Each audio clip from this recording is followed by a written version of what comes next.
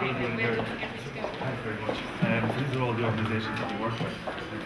Morning, everybody. Morning. Gosh, you did really good to get here. Yes, we're proud of ourselves. Yeah, we're all Morning. Hi, how Hello, are you? you? The best, My thank name you. is Brenda. It's nice to see you. Good to see you again. Good to see you. We did Lovely meet to meet you. Nice to meet you. How are you? Good to see you. Nice to meet you. How are you? The best, thank you. Good to see yourself.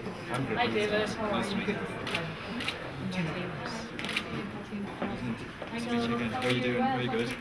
Yeah, really good. Hi, George. Good to see you. How are you? And hi, good to see you. Good morning. Good morning. And you've been recycled. Exactly.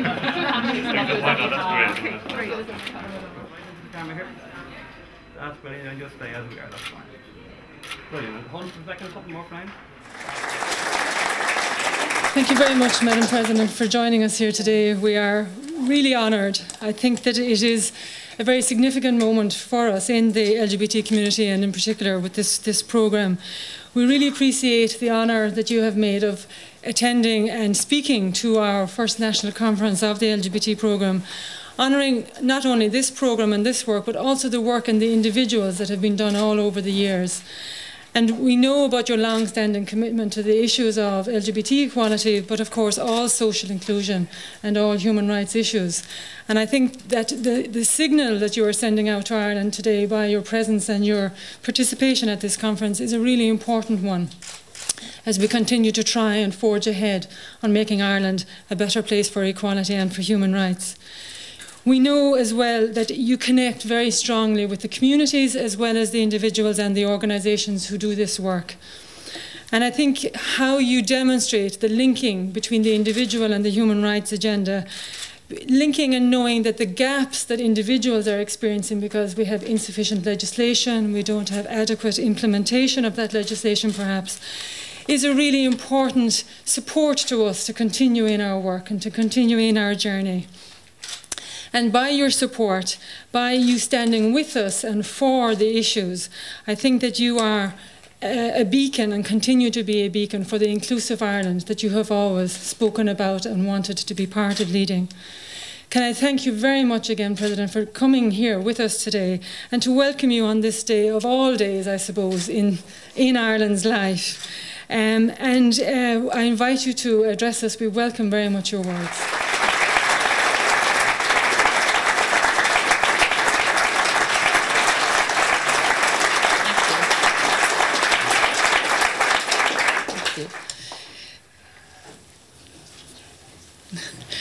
Good morning, everybody. Ailbhe Carja. Anastasia.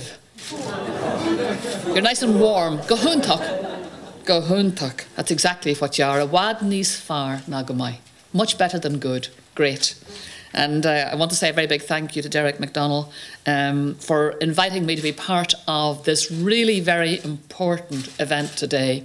This is a day when, with the help of LGBT diversity, with the work of the Joint Working Group, you feel the power that comes from all of the organisations working together to create the first national conference. Just a moment ago we mentioned the first time we met was through MEHL. I don't know, how long ago was that? How long ago was that? 1991, long time ago. And today is an example of what happens when you create a MEHL. There are some things that small organisations can accomplish on their own, just as there are some things that a single person can do on his or her own, can accomplish. But then there is the harvest that you want to bring in. Then there is the big job that you need to do, the uplift, the new scale, the expanding dimension you want to create. And for that, you need the MEHL. You need everybody working together with a common focus.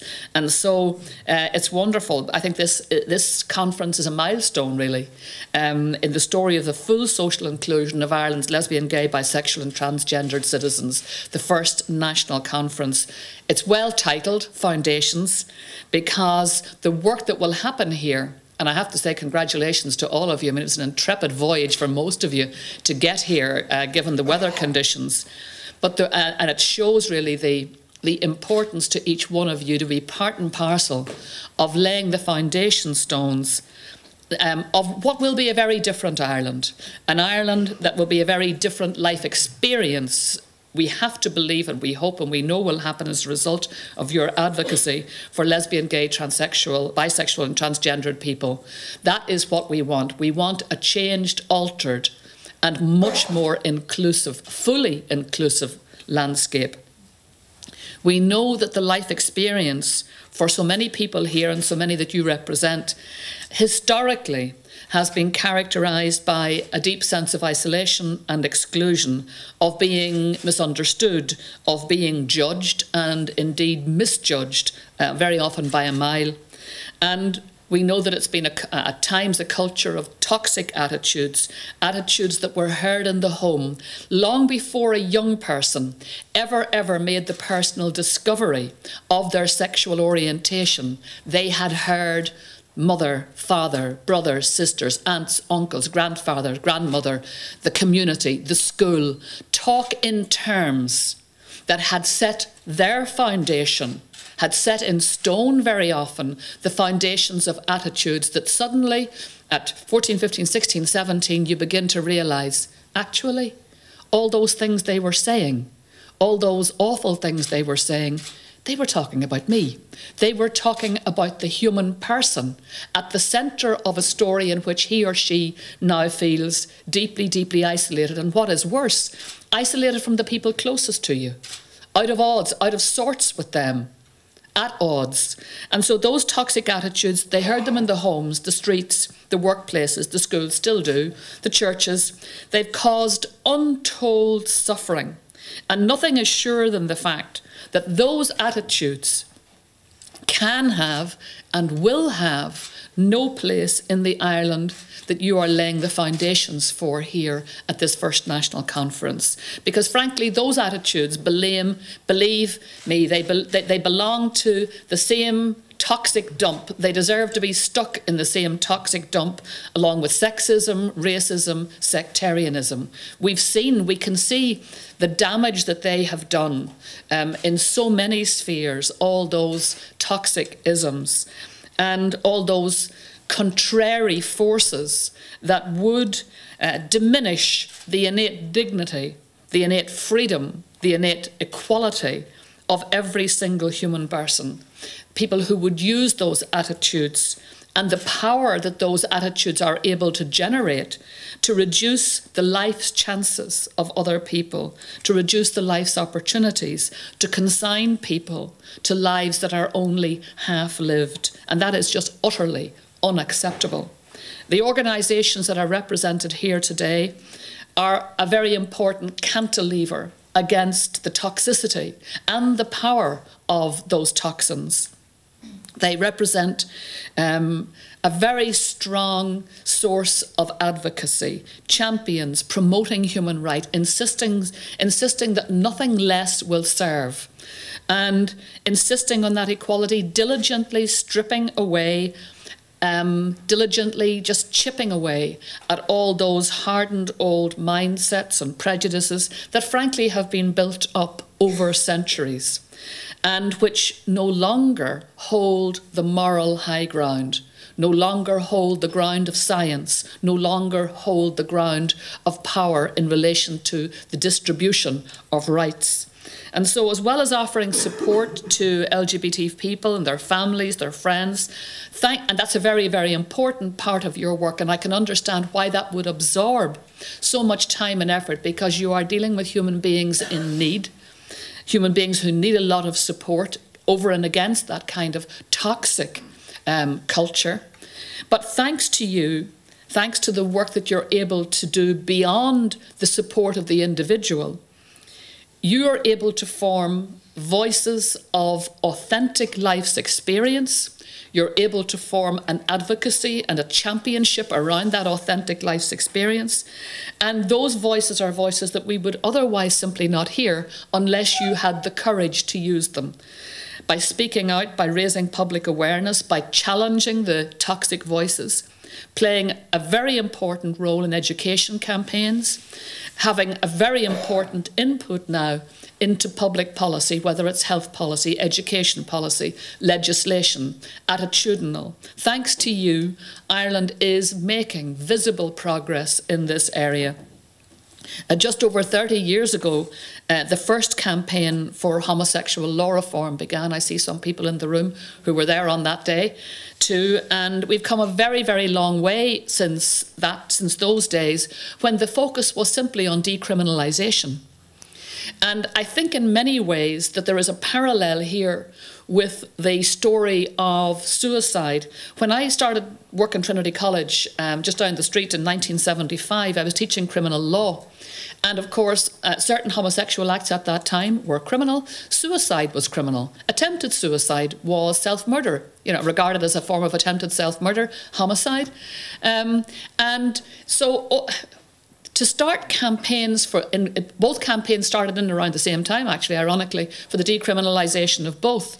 But what then happened, if you look at what happened, and it's a very similar story in relation to suicide, the groups that began started up in response very often to local needs. Yes, there were the decriminalisation groups, but other groups, support groups, started to grow up in various areas around various issues, tended to be local, and it took a while for them to generate enough momentum over and against the huge attitudinal problems they were trying to deal with, to try and get what I might call national momentum. And national momentum is very, very important.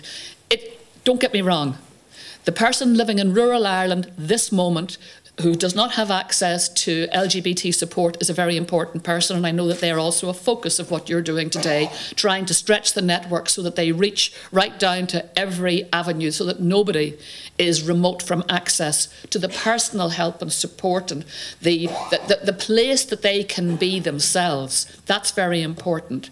But over and against that, we also need what you're creating here, a sense of national momentum.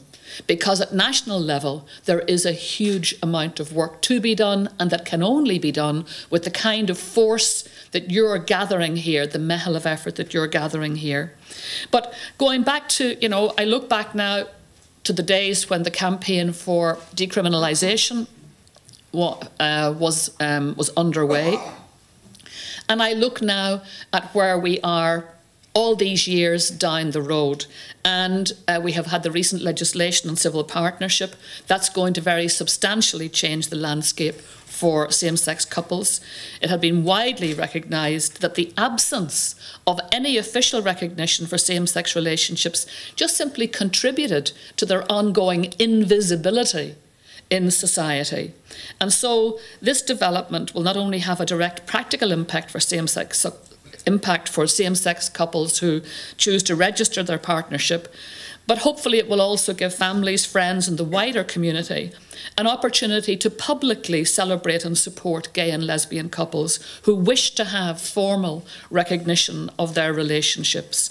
So that's a stepping stone and an important one, and thanks again to your advocacy. We're also beginning to fill in gradually the research gaps, the information gaps, all of these things that fell victim to all the taboos that kept this subject, first of all, under the taboo of criminalisation. But even after decriminalisation, the taboo still had to be, somebody had to get out there, lift it and shift it. It still operated as a kind of a braking mechanism on an awful lot of work that needed to be done to fill in what I might call the ignorance gap, the education gap. So now we're learning. We're learning about the grim impact and the prevalence of homophobic bullying, the impact that it has on human lives, the way in which it closes people off, the dreadful physical and emotional impact. We're learning about the vulnerability to mental ill health and suicide, in particular, of young gay people. We're looking at the way in which we're beginning to understand the way in which societal pressures and societal attitudes and that complex of attitudes, particularly for the young gay men and women, can make their lives literally a form of torment in certain family situations. We're learning about the need for candid and accessible healthcare, good information, good services, good counselling, good support. And we have seen growth, momentum, change, development in all those spheres. Now, they did not come from nowhere. They didn't just come out of, they didn't just come down with the snow. They came about because people like you made them come about. because you insisted, because you pushed, because you wouldn't accept less, because you have an agenda for change. And in this place today, no doubt that agenda for change will be talked about at some length. Our school curriculum now is at last responding positively. Our healthcare systems are more engaged than ever. And I acknowledge that there is still a distance to travel. That's why you're here today. If there wasn't a distance to travel, you'd have all stayed home. If the work was done, you wouldn't have bothered making the journey. The fact that you made such a tough journey to be here today is proof itself of the journey that still has to be gone. But it's important, before you begin the work of talking about the foundations that will be laid for tomorrow's Ireland, just to acknowledge with real gratitude the investment that has already been made by you and by others through just tireless months and years of effort, sustained effort, to raise public awareness, to ring the changes, to bring before the public an image of an Ireland in which our society is a place where every human being is treated with dignity, respect, where their human rights are fully protected, fully vindicated. So that, and I hope the message goes out from this conference today, that those whose views on homosexuality, those whose views on LGBT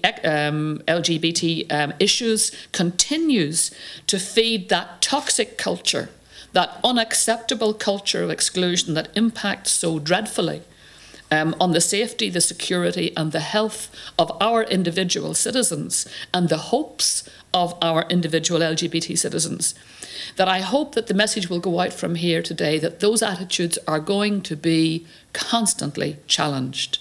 It's a bit like sectarianism, you know, in the home. I've often taken the view that these attitudes, if we move away for a moment into the field of sectarianism, children are not born with these attitudes. They learn them. They absorb them from the ambient atmosphere. Every kid wants to be like their mommy and daddy. The things that mommy and daddy feel strongest about, they're probably going to feel strongly about themselves. And so we have such and it's not that parents sit down every morning and say to their children, you're going to have your 1 hour now of sectarian indoctrination. That's not how it's done. As you know, it's what they hear. It's the unguarded comment, repeated and repeated and repeated, thinking that it's even passing over the kids' heads. It's, you see, that they're responding to the stuff on the television. The adults from the neighbourhood are in, and in the freedom and in the closed, intimate environment of a person's own home, they feel they can speak freely without care. And that is a very dangerous place for toxic attitudes to fester, because no child then is hearing the other voice, the voice of challenge, which is all the more reason why people like you and people like all of us in our society who will not accept these toxic attitudes use every opportunity that we get to challenge those attitudes, to make sure that that little voice, that little pair of ears, is not just hearing mommy and daddy's prejudices, is not just hearing auntie and uncle's prejudices, but knows there is another world out there which does not accept these voices and which has something very powerful and full of integrity to say in answer to those toxic attitudes. It's exactly the same in relation to LGBT issues. And so we need your voices coming very loudly from this conference to help the kind of civic discourse that happens in the public space but then gets absorbed into homes, absorbed into hearts, you know, gets on the radio, gets on the television, is heard in the living rooms, in the spaces where you interrupt the cosy toxicity.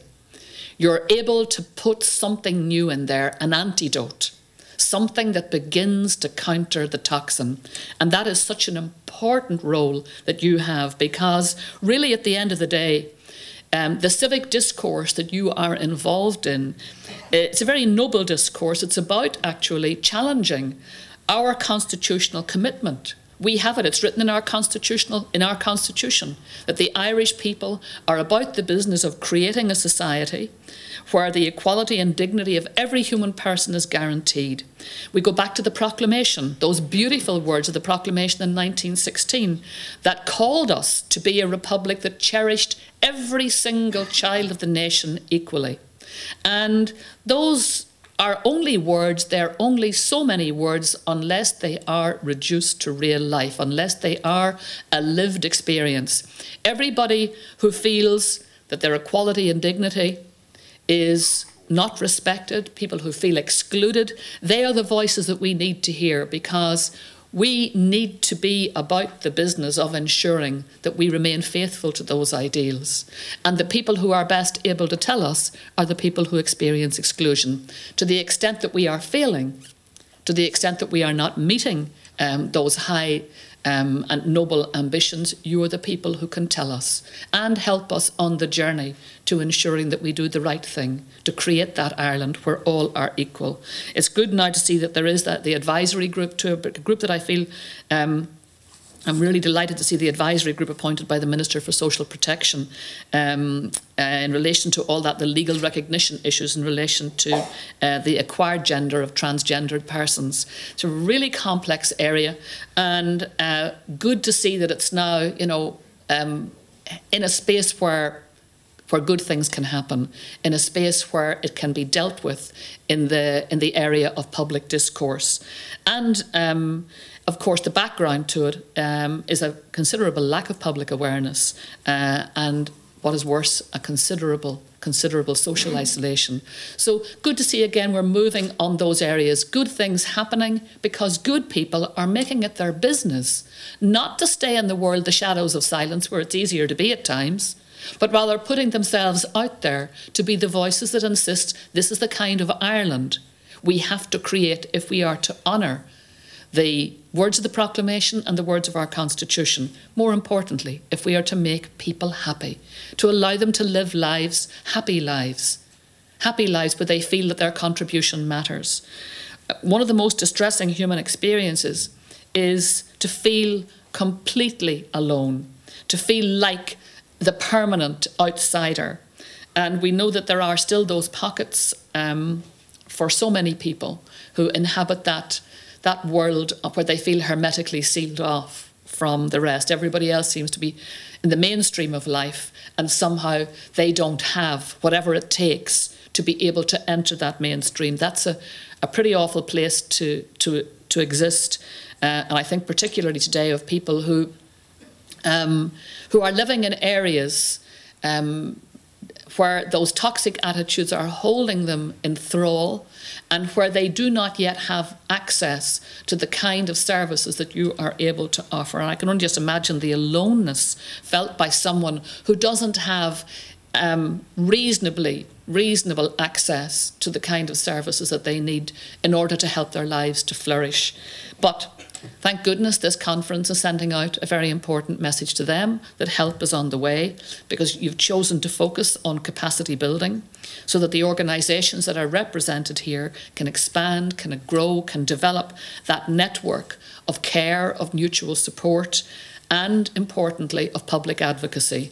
These are very important complementary roles.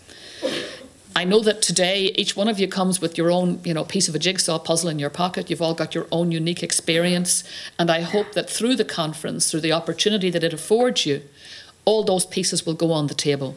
Every one of them will go on the table, and out of them will come a much fuller picture of what now needs, first of all, what the needs are, and then from your own distilled conversation, your own distilled experience and wisdom, hopefully will come a set of guides or guidelines for the next steps. What are the next steps that need to be taken? And those steps will be taken all the more sure-footedly because you're here and because of your willingness to both share your experience and listen then generously to the experience of others. Frankly, what you're doing here is nothing less than creating that comfortable, fair, egalitarian, just, decent Ireland, which is just simply a good place for everybody to grow up, a good place for everybody to live, no matter what their perspective, no matter what their orientation, and in particular a place where our gay, lesbian, bisexual and transgendered citizens do not feel that they are out of the mainstream loop, but feel that they are very, very much an active part of the mainstream, a place where they're free, able to make their fullest contribution. I look back at the time before the the decriminalisation, that whole decriminalisation debate. And I don't think any of us would ever be able to know or quantify the waste of lives that era produced. It's a savage waste of lives. People who lived lives in a shadow, in an oppressive shadow, that wasted their talents, wasted their opportunity for joy, wasted the opportunity for their lives to be flooded with really good things. And we have really got to commit ourselves, don't we? And I know you're doing it here, to a world where that waste just simply does not happen, is not allowed, is not permitted to happen. And so I want to thank you for every single thing that you are doing here, because the investment you are making is not just an investment in the community that has the label, whether it is lesbian, gay, transgender, bisexual. It's an investment in the whole community. It's an investment in all of us. It's an investment in society, and it's an investment in our country. And I know that the future you want to create is the only future that is worthy of us. One that we need to get to by the shortest route possible, the surest route possible. And I feel that, well, it's like every harvest. You need a mehel to bring in the harvest. And we need the mehel that you're creating here. I look forward to that harvest, and I hope the harvest comes quickly, very quickly indeed. But already, look back on the years, the last 30 years, and give yourselves a pat on the back and give yourselves a clap, because we would not even be here today having this national conference, having a landscape of achievement to acknowledge, and the momentum now growing for even greater change for the future, had it not been for the mehel that you have created along the way. So please enjoy each other's company, and can I thank you again for allowing me the privilege to be here this day. Gur míle maith agaibh, gur fada bóin siad.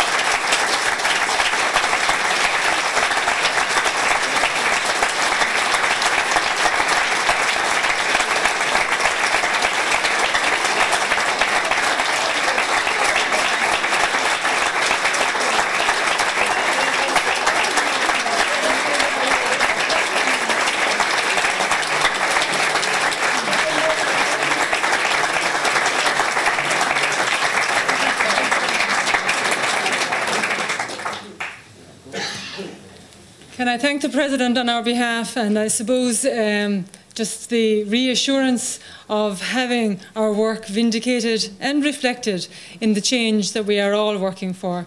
And I look forward, and wouldn't it be a wonderful thing that before she leaves office she signed in the Gender Recognition Act and the Protection for Our Children Acts. Wouldn't that be what a gift? Thank you so much, Madam President.